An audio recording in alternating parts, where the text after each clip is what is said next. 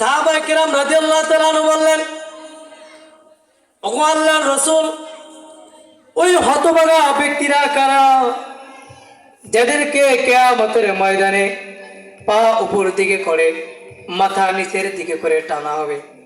আল্লাহর রাসূল বলেন, ওই সমস্ত হতভাগা ব্যক্তি তারা যারা দুনিয়াতে নিজেদের জবানকে নিয়ন্ত্রণ করত না, সুযোগ পেলে জবানকে অপব্যবহার করত, খারাপ কাজে চালাতো, অপব্যবহার করত, নিয়ন্ত্রণ হারিয়ে ফেলতো, কারো দোষ করত, অর্থাৎ কারো মনে কষ্ট দিত। এই জবানের নিয়ন্ত্রণ না করার কারণে কিয়ামতের ময়দানে আল্লাহ তাআলা তাদেরকে আযাব দিবেন। শুধু রাসূল এটাই বলে ক্ষান্ত হননি, রাসূল বলেন মানুষ এই জবানের কারণে জান্নাতে যাবে, জাহান্নামে যাবে। বলে কেমনে মানুষ জবান এবং জবানের কারণে জান্নাত এবং জাহান্নামে যাবে? এক ব্যক্তি আল্লাহ রাসূল সাল্লাল্লাহু আলাইহি সাল্লামের কাছে এসে বললেন, ওগো আল্লাহর রাসূল, অমুক মহিলার ব্যাপারে আমরা শুনতে পেরেছি সারা রাত্র নফল নামাজ পড়ে, সারা রাত্র আল্লাহ তাআলার জিকির করে, দান সদকা করে, মাঝে মাঝে দেখি হজ করে, আবার দেখি খুব গোপনে একাকিত্বভাবে মালিককে ডাকে, অর্থাৎ সর্বদা আল্লাহ তাআলার নাম স্মরণ করে। কিন্তু তার একটা বদভ্যাস হলো সে তার জবানের মাধ্যমে মানুষকে কষ্ট দেয়। আল্লাহ রাসূল বলেন ওই মহিলা জাহান্নামে যাবে। কেন? সে তো সারা রাত নামাজ পড়ে, আল্লাহর জিকির করে, কোরআন তেলাওয়াত করে, দান করে, সদকা করে, রোজা রাখে, নফল ইবাদত করে, আবার হজও করে, তাহলে কেন সে জাহান্নামে যাবে? আল্লাহ রাসূল তো বলতেছেন সে তার জবানের কারণে সে কোথায় যাবে? জাহান্নামে যাবে। কারণ সে জবানের মাধ্যমে অন্যকে কি দিতেছে? কষ্ট দিতেছে। আর এক ব্যক্তি আল্লাহ রাসূলকে বললেন, ওগো আল্লাহ রাসূল, অমুক ব্যক্তির নামে শুনেছি তার আমল কম, ইবাদত কম, নামাজ কম পড়ে, মাঝে মাঝে কোরআন তেলাওয়াত করে, বেশি সময় দেখি না তাকে জিকির করতে। কিন্তু ওগো আল্লাহ রাসূল, তার জবানের দ্বারা মানুষ কষ্ট পায় না, তা সে সব সময় মানুষের সাথে হাসি মুখে কথা বলে, যখন কারোর সাথে কথা বলে হেসে দেয়, যখন কারোর সাথে কথা বলে মনটা গলায় ফেলে। ওগো আল্লাহর রাসূল, তার জবানটা সে নিয়ন্ত্রণ করে কিন্তু তার আমল কম, তার ব্যাপার আপনি কি বলেন? আল্লাহ রাসূল বলেন ওই ব্যক্তি জান্নাতে যাবে। সুবহানাল্লাহ। আমল কম, নামাজ কম, জিকির কম, অর্থাৎ সব কিছু কম, তারপরও তার একটা আমল হলো সে জবানকে নিয়ন্ত্রণ রাখে, হেফাজত করে, অপব্যবহার করে না, নিয়ন্ত্রণ হারিয়ে ফেলে না, মানুষের সাথে সুন্দর কথা বলে, মানুষকে ভালোবাসার স্বরে ডাকে। এজন্য আল্লাহ তাআলা তাকে কি দিবেন? জান্নাত দিবেন। কারণ এই জবানের মাধ্যমে মানুষের কাছে মানুষ অনেক দামি হয়ে যায়, আবার এই জবানের কারণে মানুষ মানুষের কাছে অনেক লাঞ্ছিত, অপদস্থ হয়ে যায়। এই যে আমরা সোশ্যাল মিডিয়ায় যাকে দেখছি, আমাদের এই যে শহীদ ওসমান হাদি ভাই, মানুষের কাছে কেন এত দামি হয়েছিলেন? সবার সাথে কিন্তু হাসি মুখে কথা বলতো, জবানকে নিয়ন্ত্রণ রাখতো। জবানের কারণে যেই মানুষটা গুলিবিদ্ধ হওয়ার আগেও তাকে কেউ চেনে নাই, গুলিবিদ্ধ হওয়ার পর, মরার পর রক্তের সম্পর্ক নাই, তাকে দেখেও নাই, সরাসরি মোলাকাতও হয় নাই, এত পরিমাণ মানুষ তার জন্য কেঁদেছে, আল্লাহ তাআলার কাছে তাকে জান্নাতের জন্য দোয়া করেছে। কারণ কি? সে তার জবানের সঠিক ব্যবহার করেছে। সে কি কাউকে জবানের মাধ্যমে কাউকে কি কষ্ট দিয়েছিল? আমরা ভিডিওতে দেখতে পাই তার সুন্দর হাসির কারণে, সুন্দর কথা বলার কারণে মানুষ তার প্রতি আকৃষ্ট ছিল।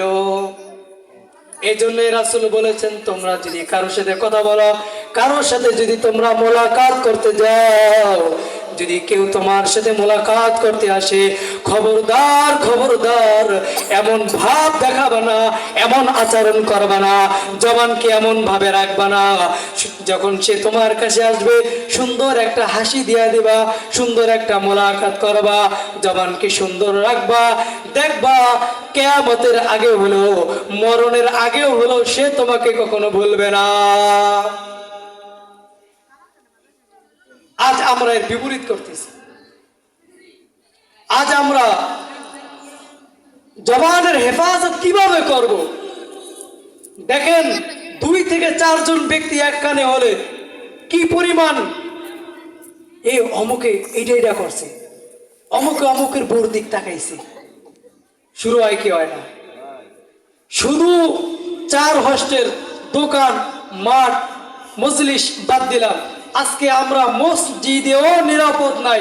মসজিদে এসেও মানুষ মানুষের জবানকে নিয়ন্ত্রণ রাখতে পারে না। পারে? আপনি যার নামে গীবত করলেন, শিকায়ত করলেন, আপনি তো আপনার মৃত ভাইয়ের গোস্ত ভক্ষণ করলেন। নাউজুবিল্লাহ বলবেন না?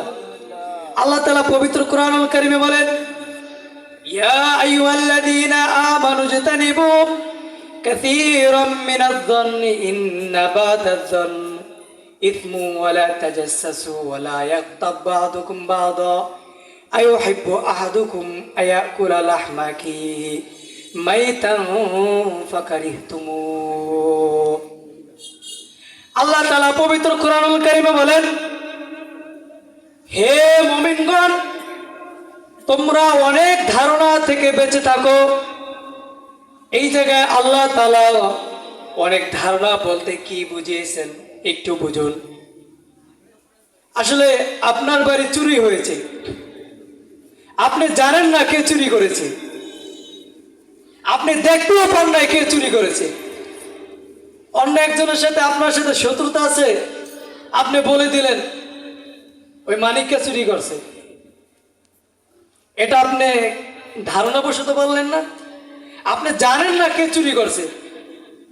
একজন মেয়ে এবং একজন পুরুষ ঘর থেকে বের হয়ে এসেছে, আপনি বলে দিলেন তারা জেনা করে বের হয়ে এসেছে। আপনি জানেন তারা জেনা করছে। জেনার দোষ দেওয়ার জন্য 4 জন ব্যক্তির প্রয়োজন। 4 জন ব্যক্তির সাক্ষ্য দ্বারা জেনা সাব্যস্ত হবে। 4 জন ব্যক্তি দেখতে হবে, তাদের ওই অবস্থায় দেখতে হবে, তারপর তাদের সাক্ষ্য গ্রহণযোগ্য হবে। একার পক্ষে আপনি সাক্ষ্য দিলে জেনার সাক্ষ্য গ্রহণযোগ্যতা হবে না। এই জন্য আল্লাহ তাআলা বলেছেন, তোমরা অনেক ধারণা থেকে বেঁচে থাকো, নিশ্চয় অনেক ধারণা গুনাহ। আবার আল্লাহ তাআলা বলেছেন, তোমরা কারো বিরুদ্ধে কি দোষ চর্চা করো না, কারো গোপন বিষয়ে তোমরা সন্ধান করো না। আজকে তো আমরা হর হামেশা প্রতিটি সময় আমরা এটা নিয়ে লিপ্ত, কারো গোপন বিষয়ে আমরা জানতে চাই। সে কি করলো, এত টাকার মালিক সে কিভাবে হলো, এই এত টাকার মালিক সে কিভাবে হলো। গতকালকে দেখলাম সে ফকির, বাজার করতে পারে না, আজকে থেকে বড় বড় মাছ বাজার থেকে নিয়ে এসেছে। কিভাবে সে এত টাকার মালিক হলো, কিভাবে সে এত ধন দৌলতের মালিক হলো? তোমাকে তো জানার দরকার নাই সে কিভাবে এত টাকার মালিক হলো। তোমাকে তো কারো গোপন বিষয় জিজ্ঞাসা করার দরকার নাই, কারণ আল্লাহ তাআলাই তো বলতেছেন তোমরা কারো গোপন বিষয় নিয়ে তোমরা জিজ্ঞাসা করো না, সন্ধান করো না সে কি করতেছে। আল্লাহ তাআলা বলতেছেন তোমরা কি করো না, কারো পিছনে থেকে তার নিন্দা করো না। আপনি আমি একটু লক্ষ্য করে দেখুন, আজকে সমাজে এটাই বেশি চলতেছে, পিছনে পিছনে তার নিন্দা করা হইতেছে, পিছনে পিছনে তার নিন্দা করা হইতেছে। আল্লাহ রাসূল সাল্লাল্লাহু আলাইহি সাল্লামের কাছে আল্লাহ রাসূল সাল্লাল্লাহু আলাইহি সাল্লাম বললেন, কিয়ামতের ময়দানে এক ব্যক্তি খুব লজ্জিত হবে, অপদস্থ হবে। সাহাবায়ে কেরাম বলেন, ইয়া রাসূলুল্লাহ সে কোন ব্যক্তি? বলতেছে সে এমন ব্যক্তি যে সামনে মানুষকে নিন্দা করে আবার পিছনেও নিন্দা করে। যে মানুষকে সামনে নিন্দা করবে আবার পিছনেও তার নিন্দা করবে, সে ব্যক্তি কিয়ামতের ময়দানে সবচেয়ে অপদস্থ, লাঞ্ছিত হবে।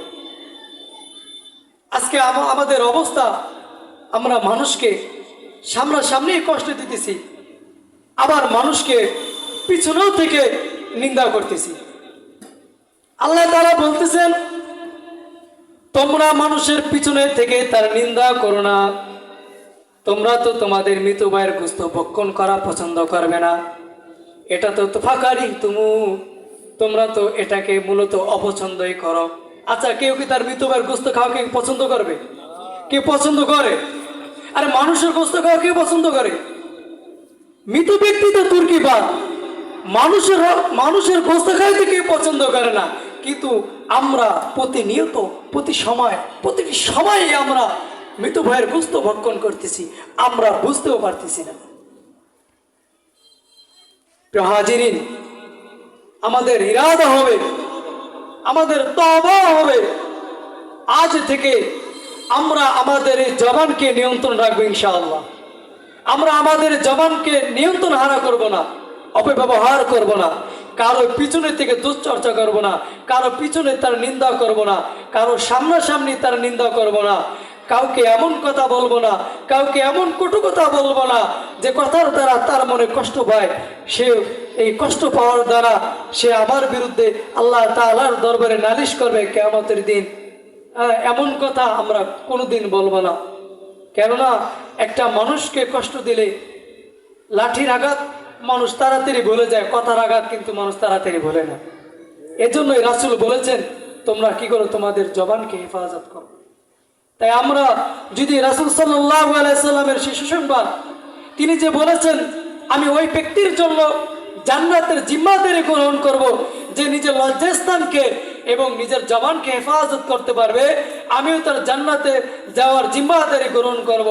আজ থেকে আমরা আমাদের জবানের, আজ থেকে আমাদের রাসূল সাল্লাল্লাহু আলাইহি সাল্লাম বলেছেন দুই পায়ের মাঝখানের এই বস্তুর জিম্মাদারি যে গ্রহণ করবে, দুই চোয়াল তথা দুই গালের মাঝখানের বস্তুর জিম্মাদারি যে গ্রহণ করবে, এই গ্রহণ করার দ্বারা রাসূল সাল্লাল্লাহু আলাইহি সাল্লাম যে বলেছেন তিনি জান্নাতের জিম্মাদারি গ্রহণ করবেন, আমরা আজ থেকে এর জিম্মাদারি গ্রহণ করব তো ইনশাআল্লাহ।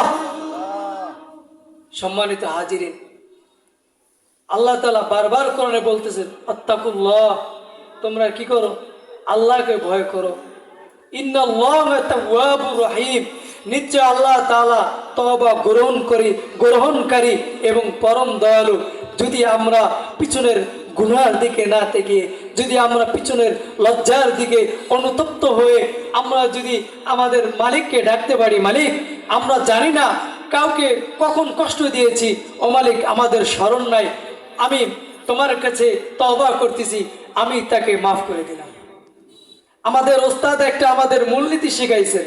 মূলনীতিটা হলো, আপনি যখন ঘুমাতে যাবেন, ঘুমাবার আগে আপনি প্রতিদিন এই আমলটা করবেন।